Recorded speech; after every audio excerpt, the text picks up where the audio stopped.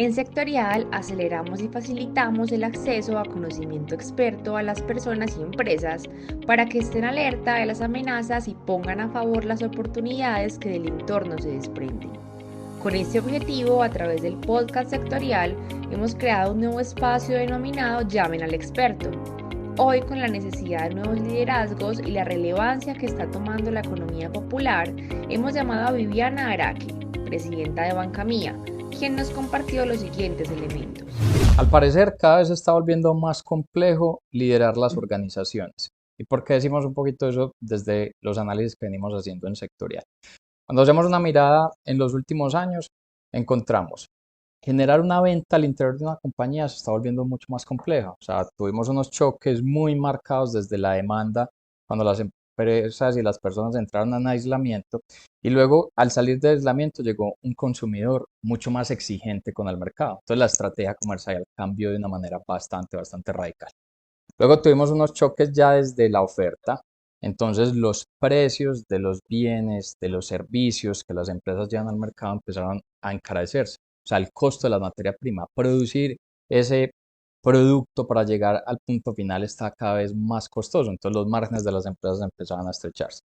Luego empezabas a ver un fenómeno como el que vimos entre el 21 y el 22, que era un fenómeno de renuncias masivas. Entonces empezaba a escasear el talento humano. Un talento humano calificado cada vez era mucho más costoso. Las empresas tenían que empezar a apostarle fuertemente a una transformación digital, algunos lo denominan más aceleración digital, y cuando tú te transformas digitalmente tienes que invertir fuertemente en tecnología y los costos de equipos de tecnología son bastante elevados. Cuando ves esas presiones tan fuertes en materia de inflación, los bancos centrales aumentan las tasas de interés y la gran mayoría de las empresas pues necesitan de la financiación para desarrollar sus operaciones. Un aumento en las tasas de interés pues desplazaba los puntos de equilibrio de las empresas. Todo esto se volvía un cóctel bastante complejo y bastante retador para el liderazgo.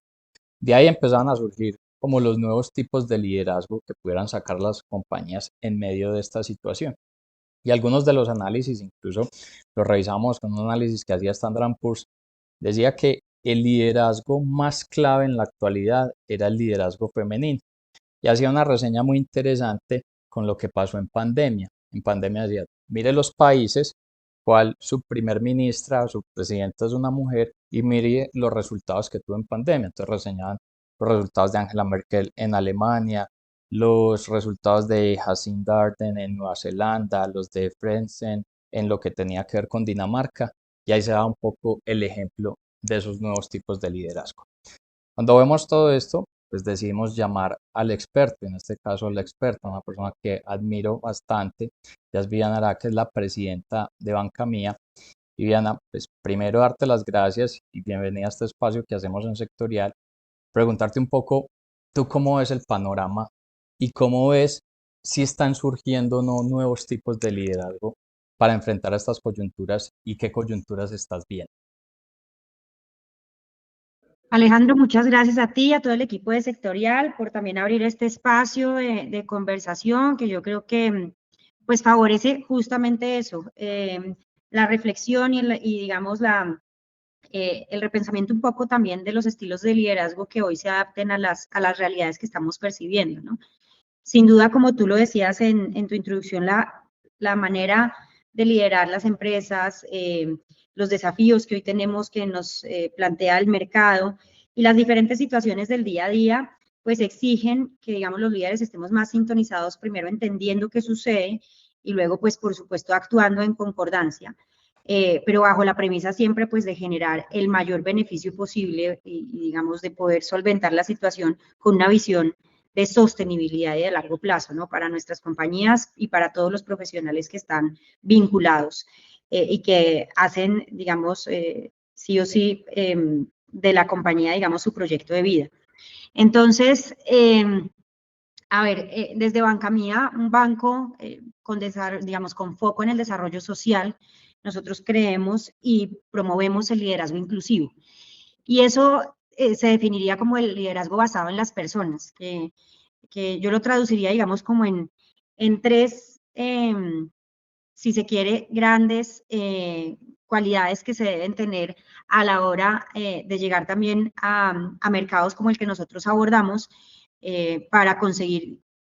resultados y pues un impacto que se traduzca también en mejorar la calidad de vida de estos clientes de población vulnerable que hoy atendemos. Y este está fundado, nuestro liderazgo, digamos, basado en las personas, está fundado en la influencia, el ejemplo y el trabajo colaborativo. Yo creo que todos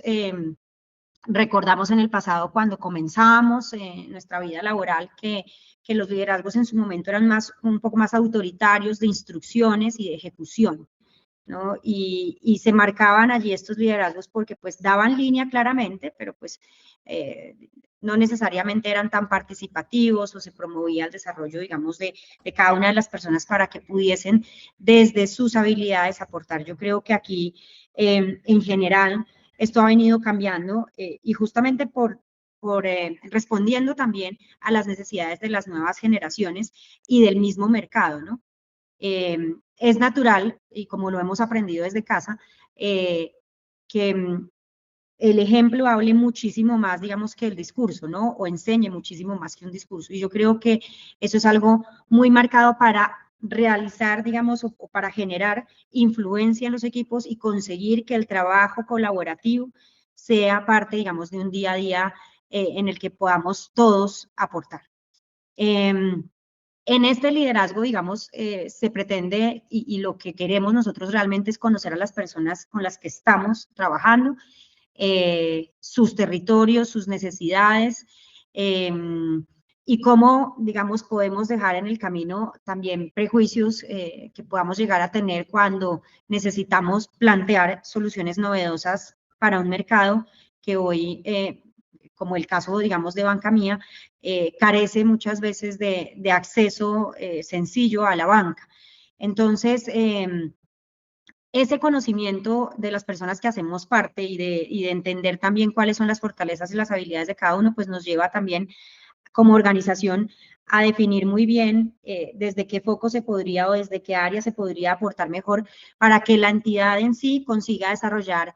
mayores capacidades.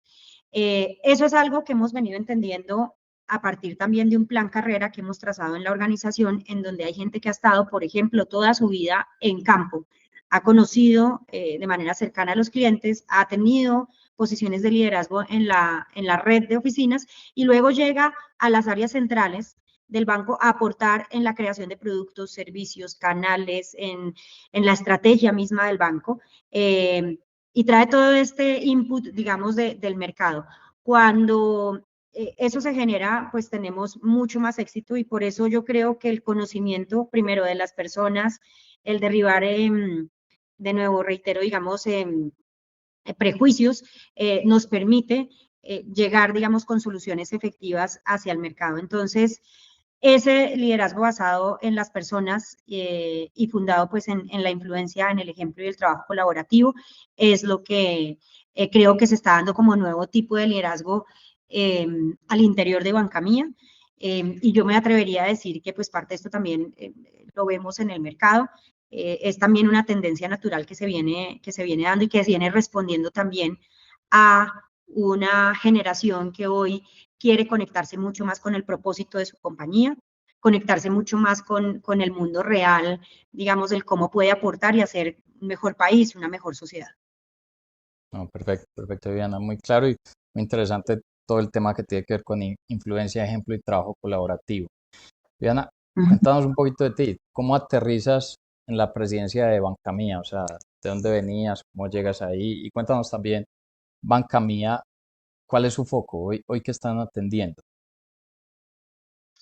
Bueno, muy bien, Alejandro. Yo llego a la banca ya hace un poquito más de 23 años. Ya voy a cumplir 24 años en la banca. Yo arranco, digamos, atendiendo en la red de oficinas clientes. Hice parte del front comercial de una oficina. Me recorrí las zonas de influencia de las oficinas en su momento de una entidad muy linda que me enseñó mucho, se llamaba Megabanco, una entidad que venía del sector cooperativo y también generaba muchísima inclusión en el país con un modelo de negocio distinto. Este momento en el que yo me integro al sector financiero es un momento pues difícil de una crisis también financiera que pues se había precedido, digamos, toda la creación de esta entidad de la que yo hice parte.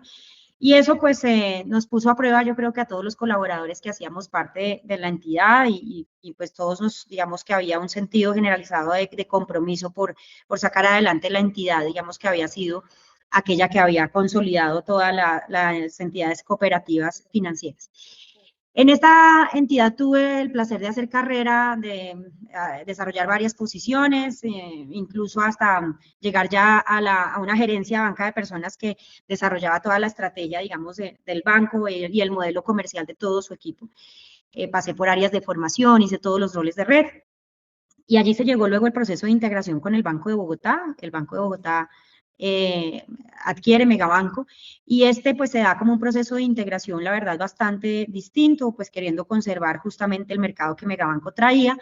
Y venimos, o me involucro yo en ese proceso de la mano de expertos que contratados por el Banco de Bogotá, pues trazaban un camino de integración para entrar en esos otros mercados que el Banco de Bogotá no tenía. Esto pues fue todo un camino también de aprendizaje para mí. Yo allí desempeño diferentes roles luego de culminar el proceso de integración y me doy a la tarea de aprender de otras bancas, un banco ya multisegmento, un banco comercial, pues con mucha historia en Colombia, el primer banco de Colombia que tenía también muchos aprendizajes al interior y unos líderes pues maravillosos que me permitieron desarrollarme también como profesional. Hice también diferentes posiciones y finalmente llegué a una dirección de una unidad de crédito de consumo de vehículos, donde tuve la oportunidad también pues de tener una fuerza comercial a cargo. Entonces hice roles de mercadeo, de segmento y todo esto pues me enseñó muchísimo y de nuevo a trabajar con las personas y a entender que los resultados vienen de allí, justamente de las personas y de la alineación que se logre eh, entre esos mundos, ¿no? El personal y el de los negocios y el de carrera. Luego se me da una oportunidad de aprender de otro mercado y pues, digamos, yo doy el paso también apostándole a eso, a entender otras dinámicas, a validar también otras culturas y a seguir en ese camino profesional. Me voy al mundo del retail con Falabella Financiero a trabajar en los temas de seguros, un mundo totalmente distinto donde también tuve la oportunidad de estar allí a cargo de una posición a nivel nacional con una fuerza de ventas muy importante que comercializaba todas las pólizas que teníamos allí como oferta. Y luego de esa, que fue también una muy buena experiencia, me vengo a Banca Mía, a la Vicepresidencia de Desarrollo de Clientes, regresando un poco a esos orígenes de mi historia, en donde había trabajado en inclusión financiera, donde pues había una metodología en campo que yo había desarrollado por cuenta propia y eso pues a mí me dio muy buenos frutos, digamos, hacia adelante, ¿no? Como te comentaba, incluso por el tema mismo de plan carrera que promovemos hoy en Banca Mía.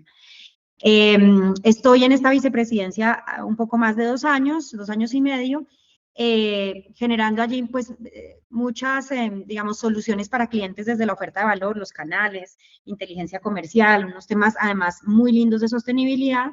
Y luego se me da la oportunidad de liderar la organización hace 7 meses, en el que estoy en esta posición, pues la verdad feliz porque es una organización muy linda, con impacto, con propósito, conecta con muchas de las necesidades de nuestro país, ayuda a resolverlas, se involucra muchísimo en esa propuesta, en esa solución que como sociedad debemos, digamos, formular. Y desde el sector financiero proveer modelos que permitan eso, superar pobreza, generar mejor calidad de vida, promover en temas tan importantes como educación, desarrollo productivo, resultados eficaces sobre clientes atendidos. Entonces, pues un desafío muy importante en mi vida, en mi carrera.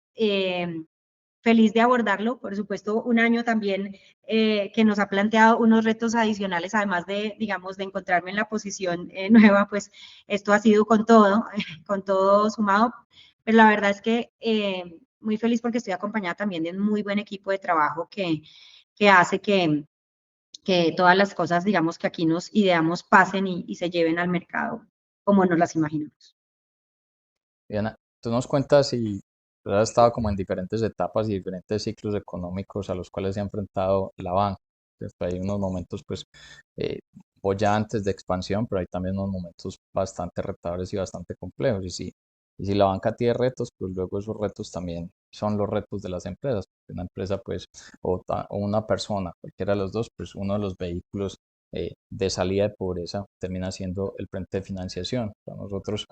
vemos desde sectorial que más que el subsidio como tal en dinero o en especie es un vehículo de financiación que luego le permita desarrollar un proyecto a una persona, pues a un grupo de personas, pues es lo que permite erradicar esos frentes de pobreza. Incluso pues en palabras del mismo presidente en su Plan Nacional de Desarrollo plantea algunos elementos como ese. Tú con todo eso que has visto en esta experiencia, ¿cuáles estás viendo que se están volviendo en este momento los principales retos en la financiación, tanto para la institución financiera como para la persona o para la empresa a la hora de ir a poder materializar una financiación para sacar adelante un proyecto? Ujú. Sí, y déjame que responda a una partecita que se me quedó de la anterior pregunta y conecto con esta nueva pregunta. Entonces, sobre Banca Mía, nosotros este año cumpliremos 15 años en el mercado. Somos el primer banco de microfinanzas creado en Colombia en el año 2008. ¿Y esto qué quiere decir? Es el primer banco enfocado en microfinanzas, ¿sí? De nicho, digamos, como nos llaman hoy en el sector, con la misión de mejorar la calidad de vida de las familias de bajos ingresos. Estos principalmente microempresarios a quienes pues facilitamos todos los procesos de inclusión financiera con una oferta pues que incluye crédito, ahorros, CDT, seguros. Todo esto, digamos, en paralelo con procesos de educación financiera y formación previo y durante para que podamos conseguir realmente fortalecimiento empresarial. Hemos tenido también la oportunidad de explorar temas de emprendimiento, de financiar desde ceros la idea de negocio, y esto lo venimos haciendo a través de un programa de Empropaz que nos ha dejado ver también o tener unas experiencias muy valiosas. Ahora, en todo este ejercicio y en estos 15 años, pues también hemos vivido, digamos, épocas bollantes, épocas un poco más difíciles. La verdad es que esta, digamos, tiene sumados diferentes factores y pues hoy desde el Plan Nacional de Desarrollo se plantea la solución o se plantea, digamos, una línea de trabajo muy fuerte para abordar lo que se considera la necesidad, digamos, también de atender a la economía o reconocer la economía popular del país como el movilizador también, digamos, de una economía que hoy, a pesar de ser altamente informal, pues genera mucho empleo y pues irriga recursos para las familias de bajos ingresos que con ellos, pues, además le hacen frente a sus necesidades básicas. Entonces, nosotros desde Banca Mía celebramos, digamos, el reconocimiento de este segmento, la definición también de mecanismos de ayuda, de apoyo, y desde el lado preciso, digamos, de inclusión financiera, pues las nuevas herramientas que se vienen creando para que esto pueda ser movilizado con mucho foco desde el sector financiero en general. Lo cierto es, Alejandro, que digamos estas son miradas que tenemos que tener todos, sector público y privado, de largo plazo para que sean sostenibles. Uno de los grandes retos que tiene justamente la economía popular del país es su alto nivel de informalidad, que hace que pues también no sea tan sencillo generar estos procesos de inclusión digamos, con riesgo un poco más controlado, sino que aquí el riesgo sigue siendo muy alto. Hoy están haciendo una actividad, mañana otra, y muchas veces por ese nivel de informalidad que se tiene, incluso si llega la actividad a desarrollarse de manera ambulante, pues la certeza del pago y de esa relación del largo plazo, pues no existe en la contraparte, ¿no? Y eso lleva a que este mercado pues tenga un nivel de riesgo mucho más elevado. Y lo otro es que pues en ese interés, digamos, del desarrollo productivo permanente, pues necesitamos encontrar caminos para que ese emprendedor vea la formalidad como algo beneficioso, situación que hoy no se da, ¿sí? Hoy no se da, hoy hemos hecho a partir de esta experiencia indagaciones sobre nuestros clientes sobre cómo perciben la formalidad y no la perciben como algo beneficioso, perciben, digamos, más bien una carga pues tributaria, de otros gastos al reconocer o al declarar, digamos, sus ingresos de manera natural. Y esta es una concepción que la verdad es que sí, como país estamos llamados a cambiar para que, pues precisamente podamos disminuir los niveles de riesgo, esto se traduzca en mejores condiciones de acceso para ellos y luego para el mismo Estado, para el país, pues en mayor contribución desde las personas que hoy manejan, digamos, estos negocios por cuenta propia. Entonces, ese es uno de los grandes retos que se plantean. Y cuando justamente estamos en momentos en los que después de generarse todo digamos, esta estrategia, si se quiere llamar así, de control un poco de la inflación a partir del el incremento de las tasas de interés desde el Banco Central, pues ya el apetito también de crédito en los perfiles de menor riesgo no se da en la misma proporción que cuando tenemos unas tasas bajas, porque pues reconocen que el costo es una barrera, justamente es lo que se espera con la medida, pero pues aquí digamos el riesgo se eleva porque pues tanto los clientes que atendemos con tasas más elevadas pues son más riesgosos, eh, esperan obviamente una rentabilidad más elevada para hacerle frente al pago del crédito y demás, y eso hace pues que todos estemos apostándole en general a un modelo con mayor componente de riesgo. Esa es la coyuntura que hoy estamos viviendo, que sin duda pues tiene dificultades para que se siga irrigando crédito en las mismas proporciones que lo veníamos haciendo, ejemplo, el año pasado, porque pues por esos alto nivel de riesgo, pues tenemos que nosotros entrar a revisar los requisitos de las personas que atendemos con crédito y en esa revisión pues resultamos, digamos, seguramente o vemos necesario establecer mayor rigurosidad, ejemplo, en algunos filtros que en épocas distintas pues no son, digamos, tan valorados en el modelo del scoring o de riesgo que tenemos las entidades. Entonces, eso genera contracción del crédito y pues es un desafío encontrar buenos perfiles en un momento de contracción. Para nosotros en las microfinanzas hay una gran ventaja y sobre todo las entidades de nicho que tenemos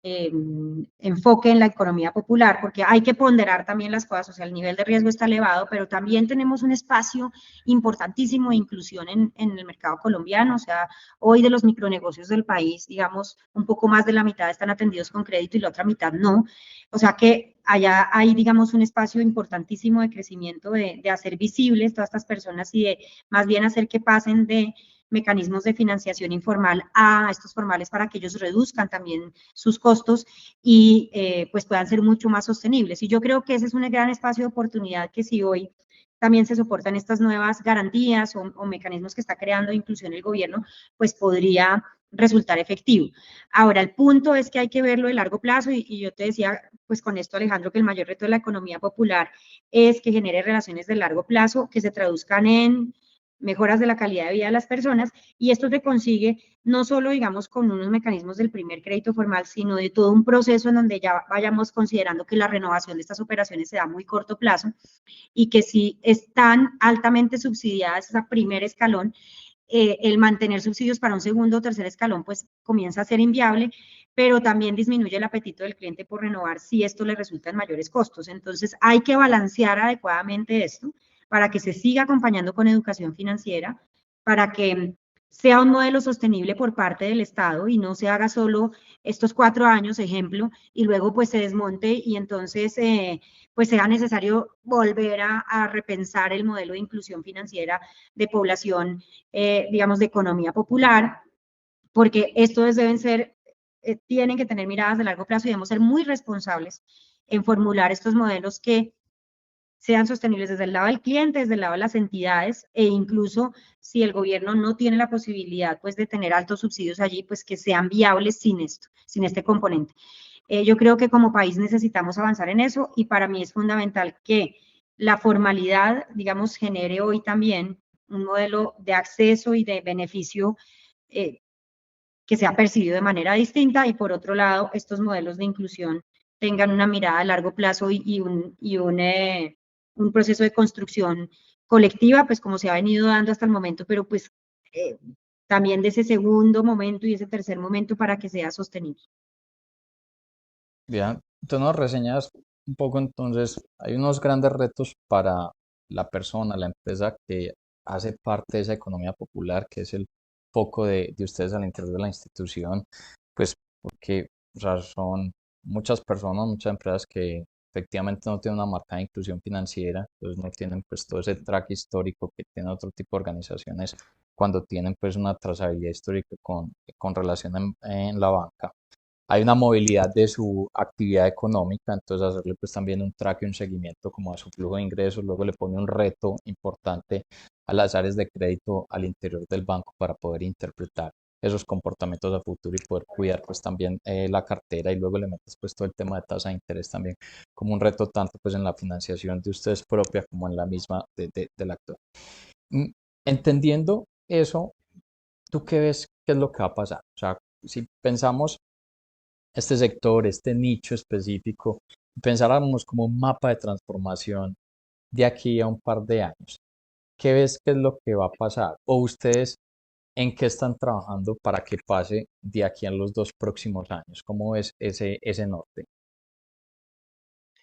Sí, yo creo que, a ver, sin duda es necesario seguir traduciendo eficiencias en el modelo para que esto tenga, digamos, estos modelos de inclusión tengan mucho más alcance en el país. Y nosotros venimos trabajando, planteando, digamos, modelos mucho más híbridos, es decir, sin dejar de lado la banca relacional, que es exitosa en la inclusión financiera de micronegocios del país, porque hoy genera, como sea, digamos, un indicador de calidad de cartera que es bastante reconocido, sabiendo que se trata de, digamos, de personas totalmente informales, cuya data o cuya información con la que hemos generado la decisión de crédito, pues está recogida allí en sitio. La necesidad, digamos, de estos modelos híbridos se plantea, yo creo que de dos formas. Uno, pues, por supuesto, para traducir estas eficiencias en términos de precio, de modelo mismo al cliente y hacerlo más escalable. Y segundo, para que la organización también misma no requiera, digamos, una carga, o por decirlo así, mayor eh, gasto de personal en lo que tiene que ver también con generar mayor alcance de su modelo mismo, ¿no? O sea, yo creo que hemos aprendido también que el manejo de las carteras, ya con un componente más tecnológico de alcance a los clientes y luego de administración de esas relaciones, pueden generar eficiencias que nos permitan también hacer la oferta de valor mucho más asequible. Ahora, allí, digamos, desde Banca Mía sí creemos que el modelo que se va a plantear desde las microfinanzas, o al menos lo que nosotros vemos desde lo que debería ser diferencial, no es parecernos a la banca tradicional con onboardings 100% digitales, asistidos solo por un call center o cosas de ese estilo, porque eso, digamos, eh,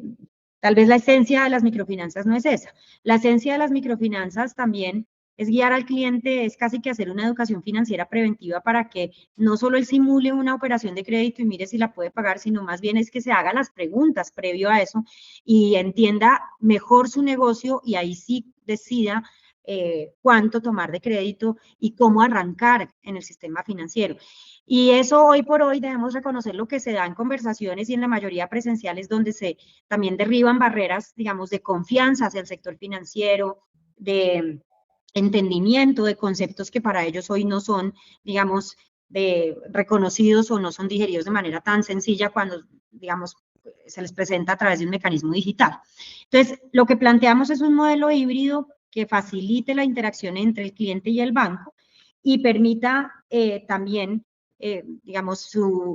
evolucionar en su transaccionalidad con los productos y servicios del banco. Si nosotros ya valoramos a través de un modelo presencial al cliente y ya entendimos que se comporta bien, pues yo creo que hacia adelante el cliente también podría resolver por cuenta propia en la misma aplicación varias de sus necesidades sin que eso implique que no reciba la asesoría o que si lo prefiere trabajar con un asesor de manera presencial para tomar una decisión, pues lo tenga a su alcance. Entonces, y no es un único camino el que digamos, hacia adelante queremos diseñar, sino son caminos que son complementarios, ¿sí? Al modelo y pues que el cliente en su misma evolución también y en sus habilidades digitales decidirá si lo toma o no lo toma. Porque lo que sí fundamenta este modelo es esa banca relacional, es esa guía por parte del Ejecutivo para que una vez ya el maduro pueda tomar decisiones mucho más autónomas y relacionarse con otras bancas que tienen tal vez menor nivel, digamos, de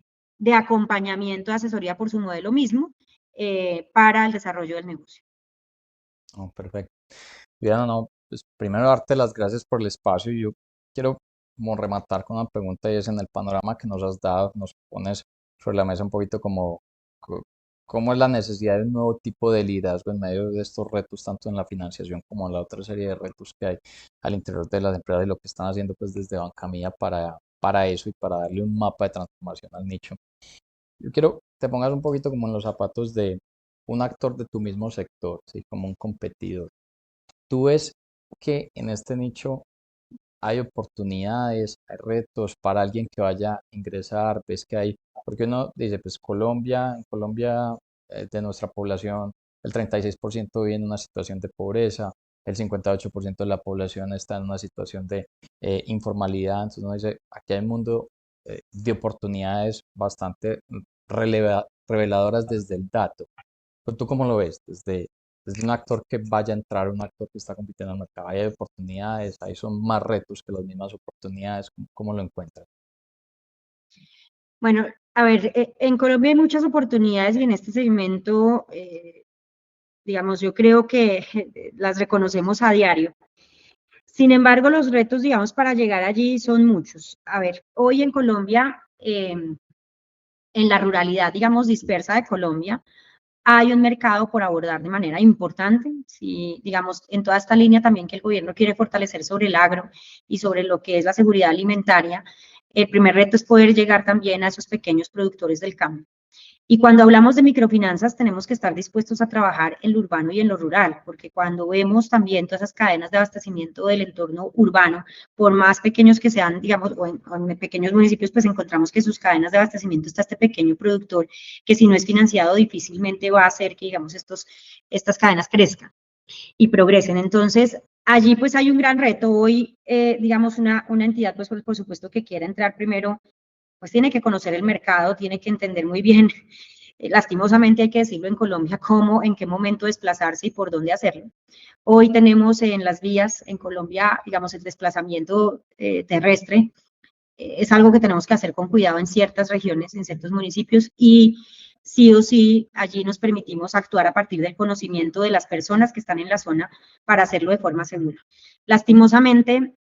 los bloqueos de las carreteras hoy son el pan de cada día en nuestro país y esto también impide muchas veces que este tipo de modelos in situ se desarrollen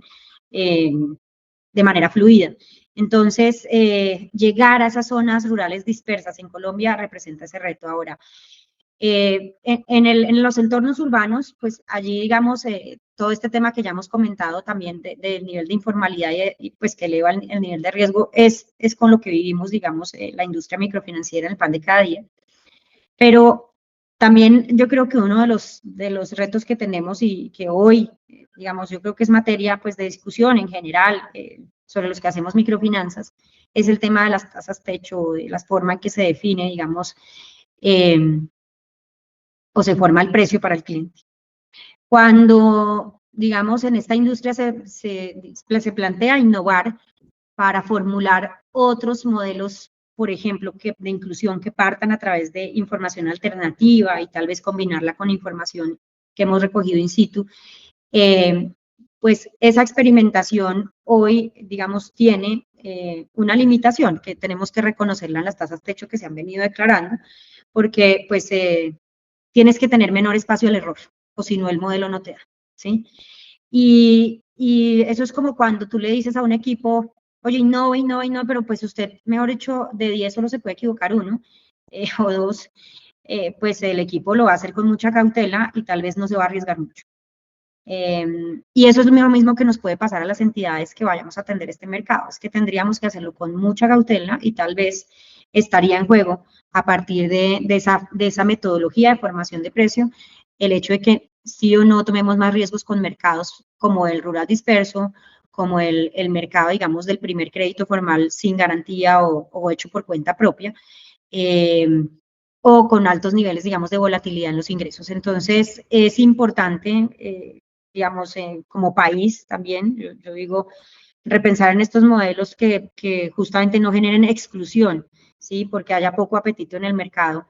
de abordarlos. Y tenemos que dejar espacio a probar, a entender cómo nos va, a ver que hayan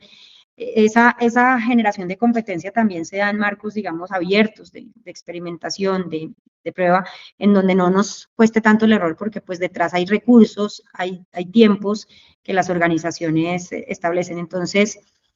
eso es algo que podría resultar, digamos, con un efecto limitante si, digamos, tenemos un ajuste importante en esas tasas techo. Eso yo creo que para todos es claro. Y finalmente, pues el poder conseguir, digamos, o tener esta fuerza que se desplace y con las condiciones o las habilidades requeridas, pues siempre será el reto de las microfinanzas, que podamos estar allí conociendo el mercado, el sector y tengamos también equipos dispuestos a hacerlo en los horarios también que los clientes tienen y que, pues, digamos, sean flexibles con respecto a cómo se desarrolla esta economía popular del país, que no es una economía popular que se desarrolla de 7 a 5 de la tarde, sino que muchas veces el cliente tendrá tiempo de atendernos o mucho antes de que comience su jornada o mucho después, y por eso hay que tener mucho cuidado en cómo planteamos modelos de flexibilización laboral que atiendan también pues la situación del mercado colombiano, porque sin duda pues aquí el ejercicio no se da de 7 a 5. Viviana, de nuevo, darte las gracias por el espacio, por nos dar este panorama de los retos tanto de las personas que pertenecen a la economía popular, pero los retos también que se presentan desde la banca. Necesitamos llamar a un experto para poderlo entender. Es Viviana Araque, la presidenta de Banca Mía. Mil gracias, Viviana, por el espacio. Gracias a ti, Alejandro, y a todo el equipo de Sectorial, y bueno, un gusto espero haber aportado